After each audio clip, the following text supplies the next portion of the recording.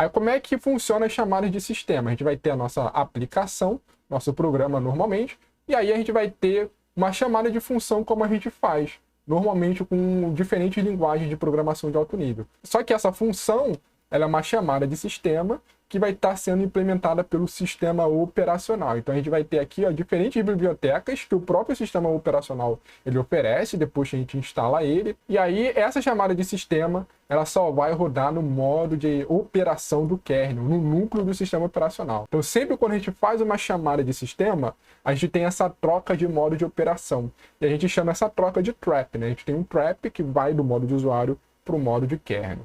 E aí a gente executa pelo sistema operacional, que aí possivelmente ele vai estar acessando qualquer hardware que a gente consiga se comunicar no nosso sistema de computação.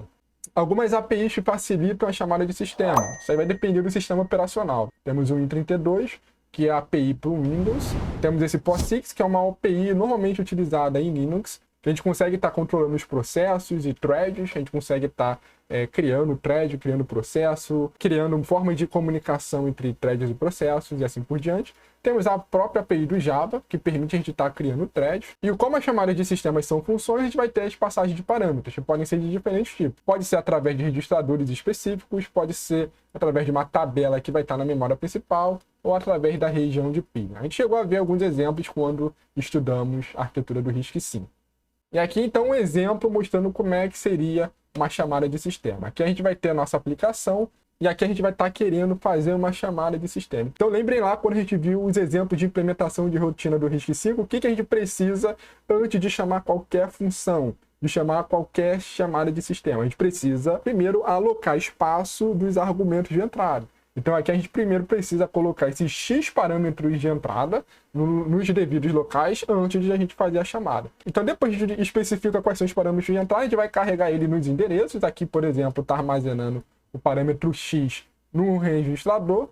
E aí depois a gente vai estar colocando o código da chamada de sistema em um local específico. A gente viu no RISC-V que a gente colocava sempre no registrador A7. Então A7 ele tinha a chamada, o código da chamada de sistema, e aí vai ter uma instrução do processador que vai fazer essa chamada de sistema, né, que seria o syscall. Aí no momento que faz a chamada de sistema, esse código ele vai ser verificado em uma tabela que vai estar lá na região do sistema operacional, e aí através das informações dessa tabela a gente começa a ler os parâmetros de entrada, dependendo aí da chamada de sistema, e começa a executar todas essas instruções dessa chamada de sistema.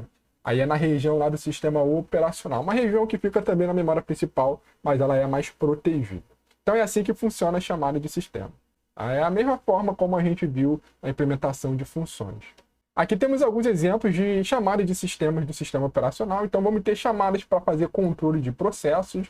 Aqui alguns exemplos utilizando o Windows, como é que seria os tipos de funções, né? Create process, exit process, esse wait for single object. A gente tem no Unix já são diferentes chamadas. A gente tem aqui que é o fork, exit e wait. Então cada sistema operacional vai ter chamadas diferentes. Vamos ter chamadas de sistemas para manipulação de arquivos, manipulação de dispositivos, manipulação de informações, comunicação e proteção. Então não se preocupem de estar decorando essas chamadas de sistema, a gente vai estar utilizando algumas quando a gente começar a falar sobre criação e gerência de processos. Aqui mostrando como é que seria então de forma mais geral, como é que é a chamada de sistema. Então vamos ter o programa de usuário. Em determinado momento a gente vai estar fazendo a chamada dessa função do sistema operacional. Então realizou isso, o que vai acontecer? Como a gente vai estar mudando o modo de operação de usuário para o kernel, a gente vai precisar fazer o que a gente chama de troca de contexto. Ou seja, a gente vai ter que fazer uma espécie de backup de todas as informações que estão sendo utilizadas pelo programa de usuário para a gente consiga carregar as informações necessárias para serem executadas no modo do kernel. Então, quando é feita uma chamada de sistema, a gente vai salvar todo o contexto dos registradores, salva ele na memória principal, e a gente vai alterar para o modo do processador para o kernel. Então, agora a gente consegue ter acesso total ao hardware, e aí as instruções no modo kernel podem estar utilizando esses registradores sem impactar o programa de usuário que estava executando. Aí vai executar a rotina do sistema, e aí por fim a gente precisa pegar esse valor da chamada de sistema e entregar para o programa de usuário. E aí então a gente precisa agora recuperar qual era o contexto que o programa de usuário estava enxergando. Então acabou a chamada de sistema, a gente vai ter que alterar para o modo do usuário, e vai ter que restaurar o contexto dos registradores. Então, tudo que estava armazenado nos registradores antes de começar a chamada de sistema, a gente agora vai recuperar da memória principal e salvar nos registradores, e aí depois que a gente restaura o contexto dos registradores, a gente consegue estar voltando para o programa de usuário, começando executando a instrução seguinte, a chamada de sistema, executando lá o PC mais 4, como a gente viu nas aulas do RISC-V. Então é esse o funcionamento quando a gente precisa fazer chamada de sistema. A gente sempre tem essa troca de contexto e troca de modos de operação.